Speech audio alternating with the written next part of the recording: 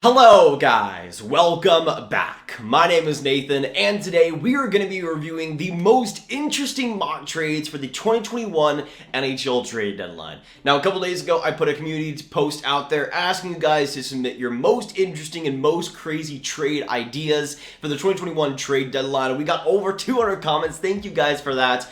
And we're going to be reviewing the most interesting and the craziest ones right here and right now. So, what are the craziest trade proposals that you guys proposed? And could I see these trades actually happening at this year's NHL trade deadline? Watch till the end for all the trade proposals and all the craziness, and hit that subscribe button if you're new. 65% of the people that are watching these videos are not subscribed, so every bit helps on the road to 33K. Now the first mock trade for the 2021 deadline that we're going to talk about today comes from my boy Juan Jose, and he proposes this. To the Buffalo Sabres, Tony DeAngelo will go in exchange to the New York Rangers a set of knee hockey sticks. Now this is really the only April Fool's related post we're going to be talking about here today, because it is an April Fool's post. I mean, nobody is going to give away their precious knee hockey sticks for a bum like Tony DeAngelo. NHL teams can be pretty dumb sometimes, but not that dumb. Let's be real. But now we can get into the first kind of serious mock trade here today, and we're going to start out with Marshall PK's trade offer, where he suggests this. Now the New York Rangers will receive star winger from the Columbus Blue Jackets, Patrik Laine, and in exchange to the Columbus Blue Jackets, they will end up receiving Kaapo Kakko, a 2021 second-round pick, a third-round pick, and defensive prospect Igor Rykov. Now this is interesting for me in a lot of different ways. First things first with Patrik Laine and his whole situation with Columbus. He has opened up in different interviews saying that he's gotten almost no opportunity there and that he hasn't had the chance to succeed, which is pretty funny since the reason he wanted to go away from Winnipeg in the first place was because he wasn't given chances with guys like Mark Scheifele and he wasn't given first-line opportunities. Now he's on Columbus. He's on an absolutely terrible slump and almost nothing is going right for him defensively or offensively. And to me, the asking price is interesting because you give up Kaapo Kakko, you give up a couple of really valuable picks, and also Igor Rykov. Honestly, if I'm the Rangers, I would say no to this deal. And even if right now, if you offered up Patrik Laine for Kaapo Kakko 1-for-1, I'm not even sure if the New York Rangers accept that offer. Especially this year, if I would rather take one player this year, Kaapo Kakko has played better in a multitude of areas. He's been really good overall defensively. He's been fantastic. Just the finishing hasn't quite been there. And you guys know I'm a Kaapo Kakko fanboy. But to me, I think that's a pretty big price to give up if you're New York. And with Kaapo Kakko developing as well as he has this season, I mean, he's almost 3 years younger than Patrik Laine. He's been better, I think, than Patrik Laine this year. And I think for the New York Rangers, staying pat would be the best course of action. Yes, getting Patrik Laine would be amazing, but giving up Kaapo Kakko in the process, I'm not quite sure about it. Next up, we're going to go to a trade that I think is super fascinating for this year's trade deadline, and a deal that, yes, with Nashville being fantastic lately, might not actually go through, but if the asking price is there, I think we could see some potential moves made. Now, we're going to go to Keegan's comment where he says, to the Winnipeg Jets, Ryan Ellis, in exchange to the Nashville Predators, will go Cole Perfetti in a 1-for-1 deal. Now, we've been talking about Mattias Ekholm going to the Jets for a super long time, about how that's a fantastic fit, but Ryan Ellis is on a whole different level. He was one of the few players that Nashville initially wanted to protect long term, when they kind of made official that kind of retool. But with Nashville again in the playoff spot, it makes it a little bit more spotty. But if you get a guy like Cole Perfetti back, that makes, I think, Nashville's enticement a little bit more consistent. Now, Ryan Ellis, I think, would make that Jets defense instantly formidable and would make that team, I think, not just a strong contender in the North, but in the entire NHL. But again, with Nashville kind of having a wide open opportunity to get in the playoffs in the North or in the Central and to have an opportunity to have a lot of fans in the stands, I think Nashville's going to go for those playoffs and be a team that might even buy at this year's deadline. But again, with Ryan Ellis, if you're getting a guy like Cole Perfetti, Nashville might want to listen on that. I mean, they obviously have a center problem, not just now, but long term. And with a guy like Tomasino likely fitting onto the wings long term too, a guy like Cole Perfetti, if they do develop him as a center, could be a really enticing ad for Nashville. Now, I'm not sure if they actually would give up Ryan Ellis now. This might be more of an offseason move, perhaps, but I do like the fit here, especially long term for Nashville if they do get a guy like Cole Perfetti. But I think Winnipeg most likely still stays on and will likely go for a small smaller guy like a David Savard or even still a Mattias Ekholm. Now we're going to go on to another trade proposal that I think is definitely interesting. I don't think it would go through, but if the LA Kings were to offer more, I think there could maybe be some interest there for the Buffalo Sabres. We're going to go to Gus's comment where he says the Kings will receive Rasmus Dahlin, and in exchange, the Buffalo Sabres will get defenseman Jordan Spence, center Rasmus Kupari, a 2021 first-round pick, and a 2022 second-round pick. Now, I think, again, the LA Kings will have to offer a lot more to get Rasmus Dahlin, but when I was initially talking about Dahlin's struggles with the Buffalo Sabres, I saw the LA Kings as a team that would be an amazing fit there, and would be a team that I think could kind of resurrect Rasmus Dahlin's talents and get him to the level that I thought he could be. Now, again, this asking price I think is far too low for that still, even though Buffalo's in a terrible situation and Dahlin's not played good whatsoever this year. I still think there'd be a lot more that has to be on this deal. First things first, I think you would at least have to give up a guy like Alex Turcotte, at least have a Tobias Bjornfot, but I really don't hate the starting point of guys like Kupari and Spence, so I think could also be in that deal. Personally, I would say Turcotte, Kupari, Bjornfot, and a 2021 first-round pick would be the starting point there. Still a lot to give up for a guy like Dahlin, but he was the first overall pick for a reason. He has that almost generational talent still in him, I think. I don't think Buffalo's completely ruined him, and if the LA Kings can salvage that and still get a number one defenseman out of him, then I think it could still be worth it for them, especially if they're able to get that talent out of him consistently and in the long term. And again, the LA Kings, especially Drew Doughty, going into the later ages, they're going to need a guy that can truly fit into the number one mold, and Rasmus Dahlin, if developed right throughout LA, could be that guy for sure. Now, we are not stopping with the bold trades here today because we got a big one coming from Cedric Mayer, and this one is interesting, involving the Carolina Hurricanes and the Montreal Canadiens. Now, first things first, I don't think these two teams have the greatest relationship right now, still after that Sebastian Aho situation, but this trade from Cedric will go as follows. To the Carolina Hurricanes will go big-time goaltender Carey Price, and to the Montreal Canadiens, they will receive Jacob Slavin, Peter Mrazek, and Ryan Suzuki. Now, I think this one has almost too many layers to talk about.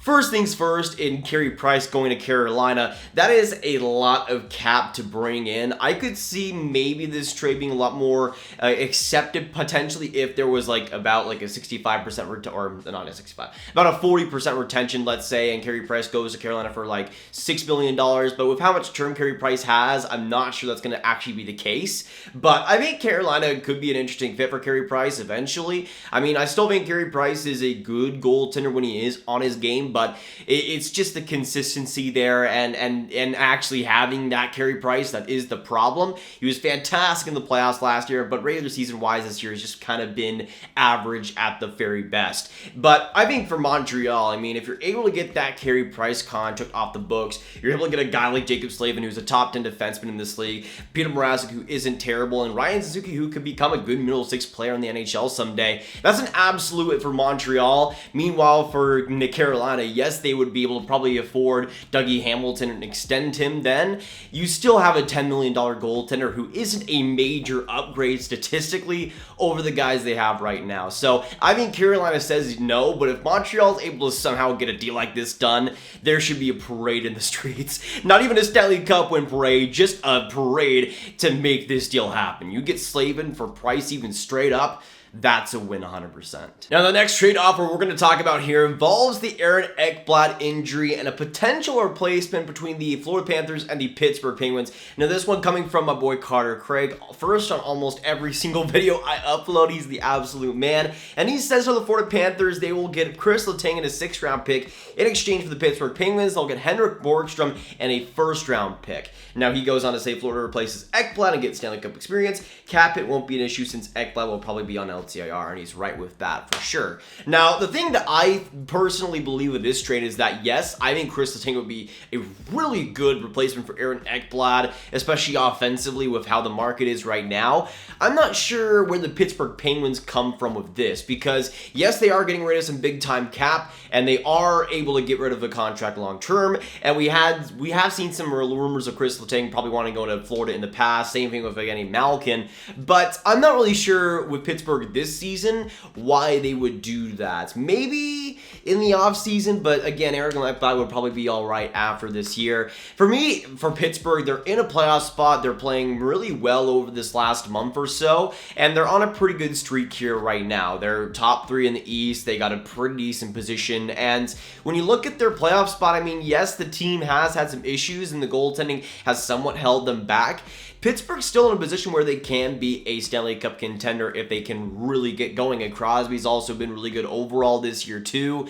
I think there's potential for Pittsburgh to get far in this year's playoffs if things go their way, and treating a guy like Chris Letang, I think, would kind of negate that. They already got a somewhat frail defense, and even though Chris Letang isn't a wizard on defense by any means, he's been fantastic for them offensively and has been an absolute anchor on that power play for years now, and I think getting rid of him, especially in season, would do more damage than I think it does good. And I think Pittsburgh's in a position where they don't want to do too much bad right now. They want to acquire some good, and I think even acquiring something on that defense could be in the cards for them. Again, the cap space is an issue, which is why you would trade Letang in the first place, but I think for Florida, they'll probably have to look elsewhere. Now, this next one is pretty interesting to me. This one coming from David Pear, and he has a trade between the Detroit Red Wings and the Montreal Canadiens, and he has this one. For the Detroit Red Wings, they will get Jonathan Drouin, Artturi Lehkonen, and Victor Mete. In exchange to Montreal, they'll get Anthony Mantha and Mark Staal, 50% retention on his deal. Now,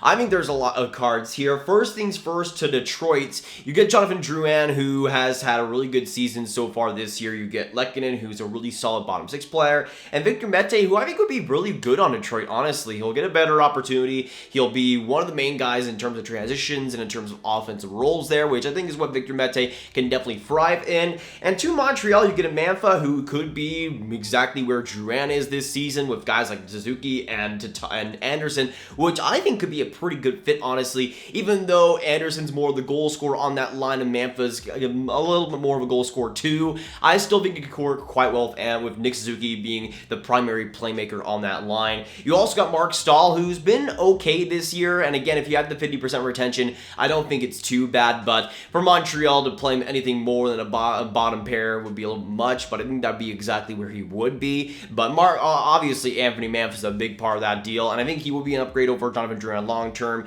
He will be an upgrade over all those players, and I think that's pretty good value. Honestly, this is probably the most value and realistic trade I've seen so far, and I think Montreal having interest in Anthony Mantha, being a Quebecer and being in that area, it makes sense. And now we're going to go to the next trade, this one involving the Edmonton Oilers and the Buffalo Sabres. This one coming from a depth refresh, and for the Buffalo Sabres, they will receive James Neal, a 2021 first-round pick, a 4th-round pick in 2021 conditional if the Oilers win the Stanley Cup, and the Edmonton Oilers on the other side will receive Taylor Hall, 25% retained on the deal. Now, with Taylor Hall going back to the Edmonton Oilers, that's been rumored a decent bit so far this year, and I think there could be a fit there potentially, especially if, let's say, he goes on Leon Draisaitl's line, he kind of bumps down Dominic Cahoon long term. I think that could work for both sides, and especially for Taylor Hall to have those weapons at center again, I think would be so good for his career for sure.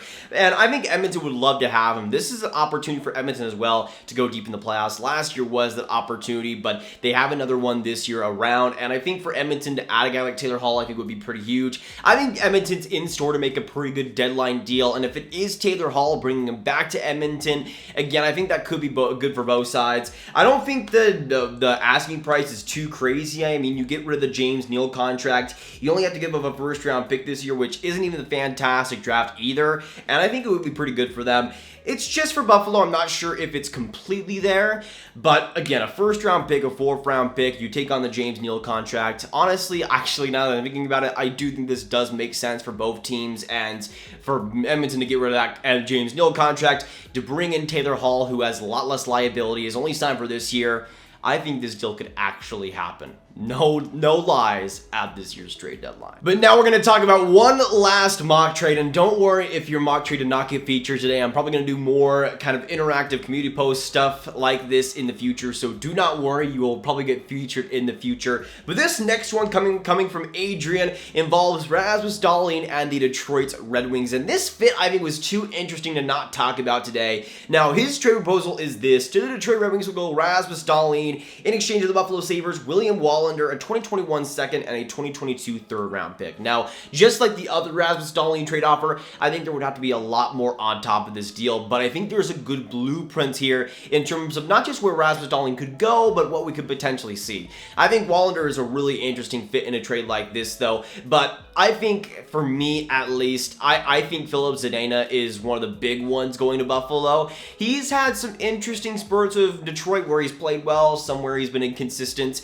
and going to Buffalo, I'm not exactly sure if he's going to be able to fix that, but I think that's a good starting point. I think Zadina, a Wallander type prospect, and also maybe a future first rounder. I mean, Detroit, I think, is going to be pretty bad in the future, so I'm not sure if they're going to give up a first round pick, but I think that might be what they need to give up to get a guy like Dahlin. But if they don't, I think they could probably add a few second round picks, probably a couple thirds, and you give up Zadina, you give up Wallander, and I think those picks could end up working. But again, for Buffalo, they're going to want a lot for Rasmus Dahlin. He was a former first overall pick. He does still have the talent, I think, to become a number one, and if Buffalo does turn the page, I think Dahlin can still be good. So again, I think a lot more will have to go into this trade, but I think Dahlin going to the Detroit Red Wings would be amazing for him. To be under guys like Steve Yzerman, I think would be fantastic, and long-term, that Detroit Red Wings core with Rasmus Dahlin would be even more nasty than it already is. Just seeing the Dahlin and Lucas Raymond connection and having him with Moritz Seider too,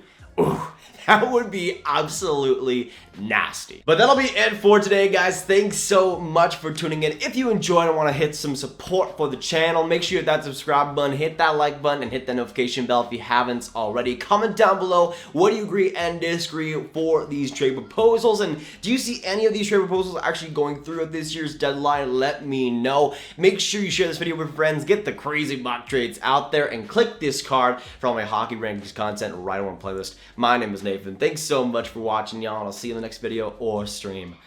Goodbye.